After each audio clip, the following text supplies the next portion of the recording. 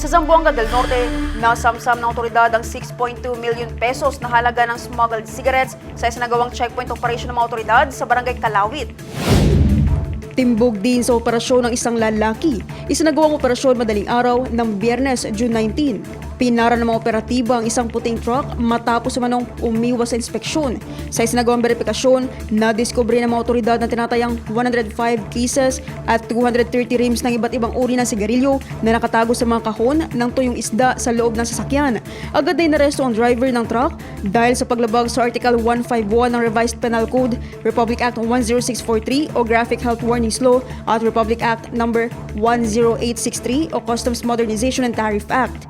Nakumpiska mula sa operasyon ng mga kontrabandong sigarilyo at ang sasakyang ginamit sa transportasyon ng mga ito na may kabuang halagang umaabot ng 6,280,080 pesos. Agad namang isinailalim sa kustodiya ng mga otoridad ang mga ebidensya habang inihanda ang turnover nito sa Bureau of Customs para sa kaukulang disposisyon.